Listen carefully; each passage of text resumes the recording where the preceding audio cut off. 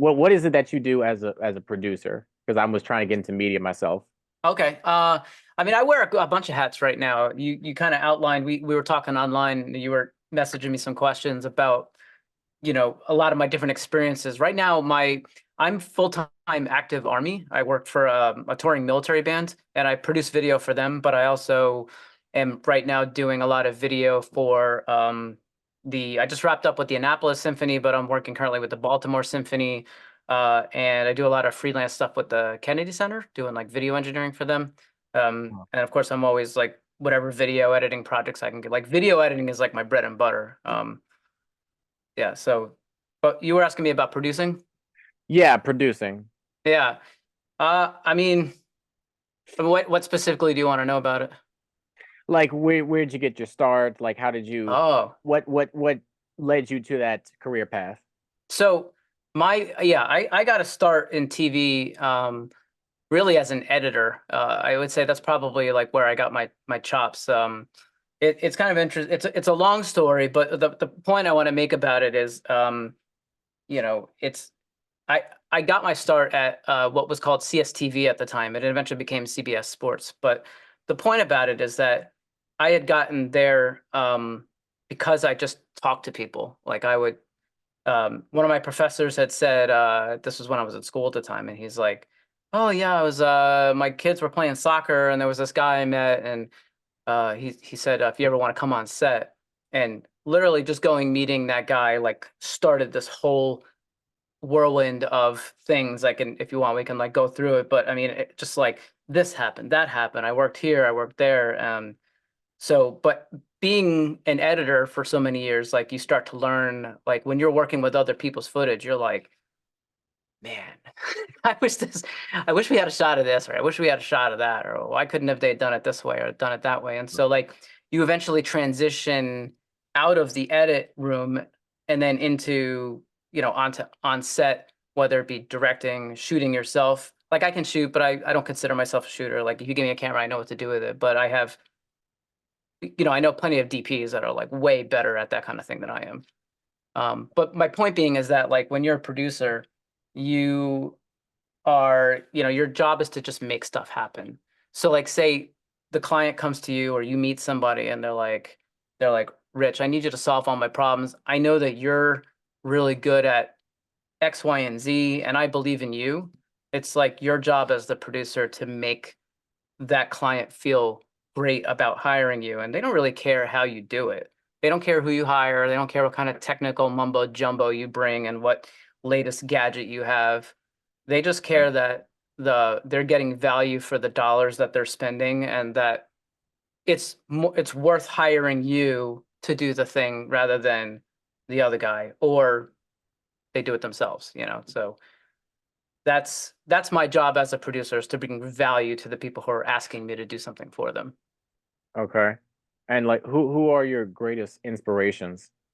Um, well, I thought about this. Like, I don't, as a producer, I would say there's a gentleman I met probably circa 2017 that, again, he was one of these people that set me on a path. His name is Habib Azar.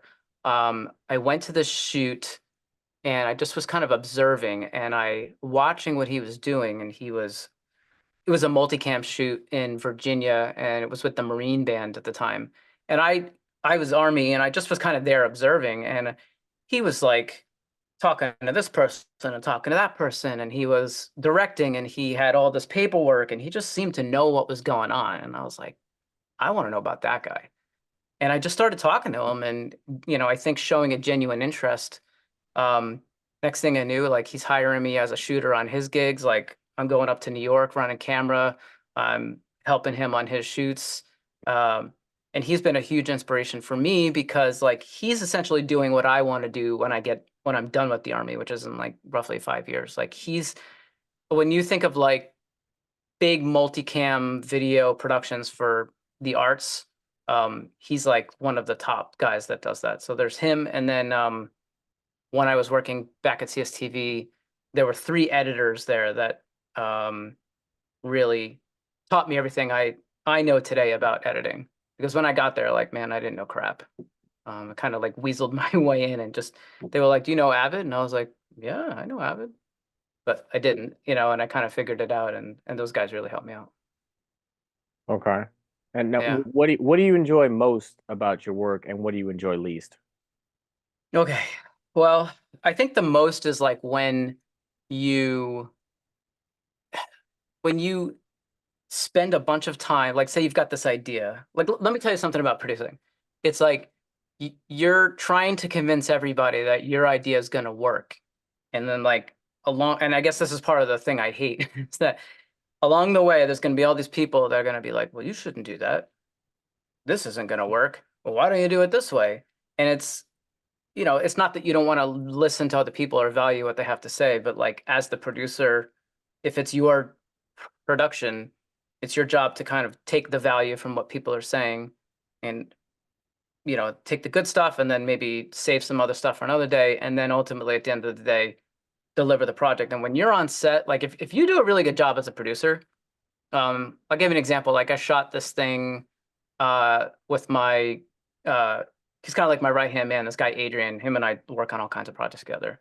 And we had this big production we shot at Fort McHenry in Baltimore, and we had like, I don't know, 100+ people out on the lawn out there. And we had two jibs, and we had all these camera operators, and we had all these grips and gaffers, and it was like a month of planning. And then when it all happened, you just stand there and do nothing the day of. Like that's how you know you did it. That's like the best feeling is when you're on set and things are working and everybody's doing their thing, and you're just like, all right, looks good to me. And what about the least? I would say like the my least favorite is like I was describing before. It's like trying to convince people that they should, that they can work with you, or that like this is what we're gonna do, or that the idea is gonna work. Because a lot of times you're up against budget constraints, or you're up against time constraints, or the client has, you ever hear that phrase like champagne taste beer pockets type thing. So managing expectations can be difficult at times, and I don't want to say I don't particularly like it, but it's frustrating. But then the flip side is that when you end up making something magical, everyone's like, "Oh man, yeah, we knew you could do it." That's amazing. I love that feeling. Right.